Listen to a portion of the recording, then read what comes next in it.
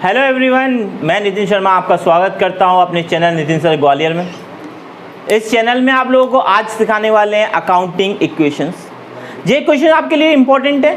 मैं अपने प्रीवियस बहुत सारे वीडियोस में आपको बता चुका हूं कि कॉमर्स ले लिया है और उसमें गधे नहीं बनना है। जब तक न्यूमेरिकल नहीं आएगा तो कोई आपसे पूछेगा भी नहीं आप कौन हो।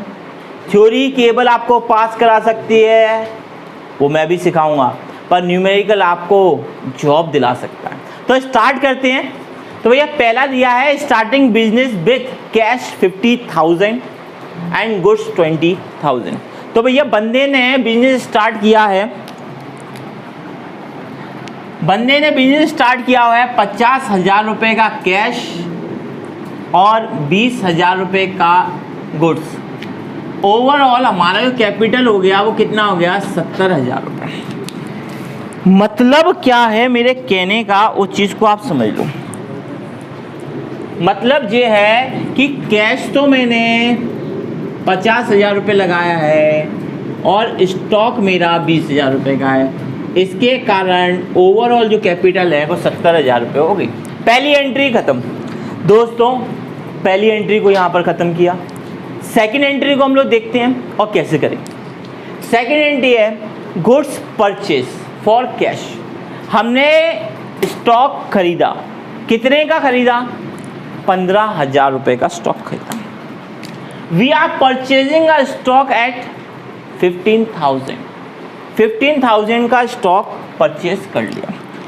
मैं अगर बात करूं सेकंड एंट्री की तो भैया किस में? कैश में, यानी 15,000 रुपये का कैश माइनस हो जाएगा और यहाँ पर स्टॉक 15,000 रुपये जुड़ जाएंगे।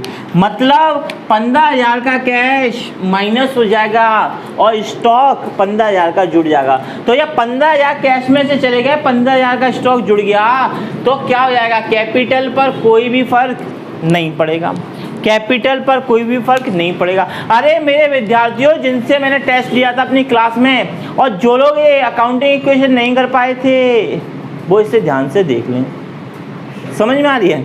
ध्यान से देख लें। अगर ध्यान से नहीं देखोगे तो एक बार नहीं, हमेशा ही पीछे रह जाओगे।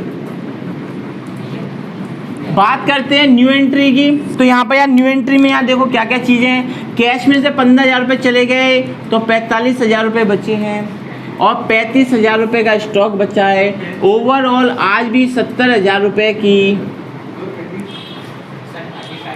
ओके देखो भैया यहाँ गड़बड़ी है। यहाँ पर क्या आएगा? 35 आएगा, कोई 70 हो गए नहीं, तो 70,000 रुपये का कैपिटल है। ओके बात क्लियर। अब बात करते हैं थर्ड नंबर पर। थर्ड नंबर पर किस चीज़ की बात करने वाले हैं? बोलता है सैलरी आउटस्टैंडिंग। तो क्या लिखा है? Salary outstanding. तो मैं जानना चाहता हूँ मेरे प्यारे विद्यार्थियों जो मेरे क्लास में बैठे हुए हैं, वो मुझे बताओ भैया सैलरी आउटस्टैंडिंग का मतलब क्या होता है? सैलरी पहले से ही पेड है। आउटस्टैंडिंग का मतलब क्या हो गया? सैलरी हमने क्या किया हुआ है? पहले से ही पेड कर रखी है। सैलरी हमने क्या किया है? सैलरी को हमने पहले से ही पेड कर रखा है। अगर सैलरी को बेटा पहले से पेड कर रखे होंगे तो क्या कैश में से जाएगी क्या सैलरी? सैलरी को पहले से पेड कर रखा है तो कैश में से सैलरी जाएगी क्या? नहीं जाएगी। यानी कि सैलरी का क्या कहानी है? ये सैलरी यहाँ से नहीं आएगी। सैलरी स्टॉक में से जाएगी? नहीं जाएगी। तो सैलरी किस में से आएगी? कैपिटल में से। तो भैया कैपिटल में से क्या हुआ? सैलरी चली गई। बात ठीक है। और आगे तो कुछ करना ही है। आगे कुछ करना है? करना है। आगे क्या करना है? सैलरी को हम अलग से लिखेंगे यहाँ पर आउटस्टैंडिंग।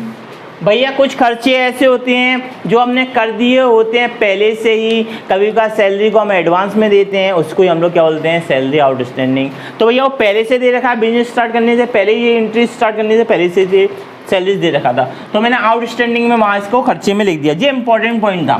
कैसा पॉइंट था भाई? इंपॉर्टेंट पॉइंट था। समझ में आ गया? आउटस्टैंडिंग। आगे बढ़े, न्यू एंट्री की कहानी स्टार्ट की। ये क्वेश्चन बहुत इंपॉर्टेंट है, 3-4 नई चीज़ें सीखने वाले हैं जो बेसिक से हटके हैं।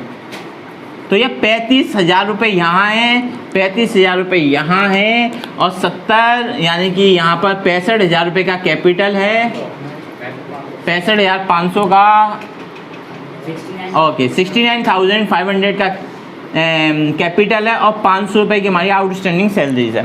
ओके, अब हम लोग बात करते हैं एंट्री नंबर 4 पर। 4 बोलता है पेड इंश्योरेंस। भैया इंश्योरेंस भी क्या किया आपने, पेड कर दिया, पर इंश्योरेंस का पैसा भी मिल जाएगा क्या, नहीं मिलेगा। तो इंश्योरेंस कैसा वो हो गया, इंश्योरेंस किस में से कटेगा बता बच्चे, इंश्योरेंस कैश में से 1000 रुपये चले गए, स्टॉक में कोई फर्क नहीं पड़ा, पर एक नई चीज हो गई इंश्योरेंस। इंश्योरेंस को और क्या बोलते हैं जल्दी बताओ, एक्वायर्ड इनकम बोलते हैं। एक्वायर्ड इनकम यानी कि एक ऐसी इनकम जिसमें हमने पैसा तो पहले से दे रखा है, फायदा हमें उसका बाद में मिलेगा। तो भैया 1000 रुपये क्या हो गया, 1000 रुपये यहाँ हो गया, माइनस किया, 1000 रुपये उसको दिया, 1000 रुपये मैंने इंश्योरेंस में रख दिया कि भैया इंश्योरेंस करा रखा है, कभी भी ज़रूरत पड़ जाएगी। तो भैया यहाँ पर देखो, इससे मेरे कैपिटल में कोई फ़र्क नहीं, मेरी इस इनकम में कोई फ़र्क नहीं। तो ओवरऑल अगर मैं नई एंट्री देखूँ तो नई एंट्री में क्या कहानी हो रही है, आज मेरे पास 34,000 रुपये कैश में हैं, 35,000 का आइटम डला हुआ है, 1000 रुपये मैंने इंश्योरेंस में भी लगा रखे हैं। और यहाँ बात करूँ 59,500 रुपये और 500 रुपये की मेरे पास आउटस्टैंडिंग इनकम स्ट्रीम। ओके चलो भैया आगे बढ़ते हैं। 5th नंबर का बोला पेड इन एडवांस। भैया एडवांस में पेड कर दिया, तो भैया किस चीज़ के लिए पेड इन एडवांस किया हुआ है बता बच्चों, रेंट किया हुआ है, पेड इन एडवांस 500 रुपये। तो यार रेंट को, रेंट पता है ना, लोग एडवांस में रेंट ले लेते हैं। तो यार एडवांस में रेंट लेने के लिए हम लोगों ने क्या किया होगा बताओ भैया, एडवांस में रेंट लेने के लिए हम पहले कैश में से 500 रुपये हटाएंगे, बिल्कुल हटाएंगे। कैश में से हमने क्या कर दिया, 500 रुपये हटा दिए। ये एक भारी सा वाहन निकल रहा है बाहर से, बड़ी ट्रेन ले रखी है हम लोगों ने, तो वहाँ से निकल रही है। चलो भैया ट्रेन जाओ, छू छू छू। ओके चलिए भैया, ये था बीच का मजाक, आगे बढ़ते हैं। तो भैया इंश्योरेंस भी क्या होता है, पेड इन एडवांस होता है, ऐसे ही रेंट भी पेड इन एडवांस हुआ। तो 500 रुपये कैश में से चले गए, same as it is insurance जैसे। और ये किस में जुड़ जाएगा, एक्वायर्ड इनकम में जुड़ जाएगा। तो भी यहाँ पर कोई फर्क नहीं पड़ेगा। तो भैया यहाँ पर कोई फ़र्क नहीं पड़ा। अब फाइनल एंट्रीज मैं यहाँ पे लिख देता हूँ आपके लिए। फाइनल एंट्री है 33,500 रुपये की, बात ठीक है। 35,000 रुपये का आपके पास गुड्स डला हुआ था और 15,000 रुपये की आपके पास एक्वायर्ड इनकम डली है। 1500 रुपये की आपके पास एक्वायर्ड इनकम डली हुई है, यहाँ पर कोई फ़र्क नहीं पड़ेगा। तो भैया ये हो गई आपकी फाइनल एंट्री। आई होप आप लोगों को ये वाली बातें समझ में आई होंगी। कोई भी डाउट है, कोई भी प्रॉब्लम है, आप मुझे कमेंट कर सकते हैं। Thank you.